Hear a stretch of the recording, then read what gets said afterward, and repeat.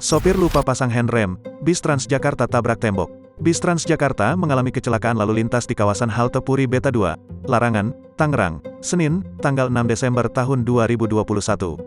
Bis menabrak sebuah tembok diduga karena sopir lupa menarik rem tangan saat meninggalkan kendaraan.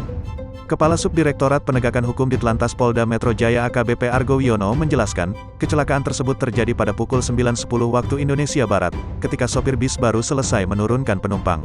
Setelah proses penurunan pelanggan di Puri Beta 2, pramudi memarkirkan di area pemberhentian terakhir Puri Beta 2. Di area pemberhentian di lajur sebelah kanan, ujar Argo saat dikonfirmasi, Senin. Setelah memarkirkan bis tersebut, kata Argo, sang sopir turun dari kendaraannya tanpa menarik rem tangan.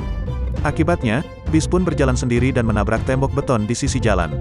Saat pengemudi keluar dari bis, lalu jalan menuju ke kamar kecil, jaraknya kurang lebih 10 meter, tiba-tiba bis berjalan sendiri sehingga menabrak tumpukan tanah dan tembok, ungkap Argo.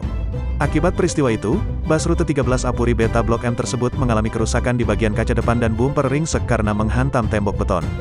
Pramudi sudah berupaya mengejar bis yang melaju ke depan, tetapi tidak didapat.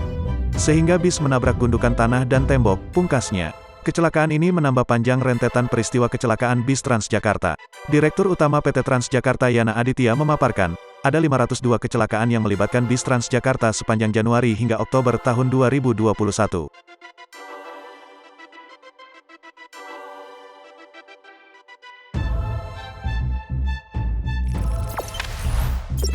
Jangan lupa subscribe, share, komen, dan like ya!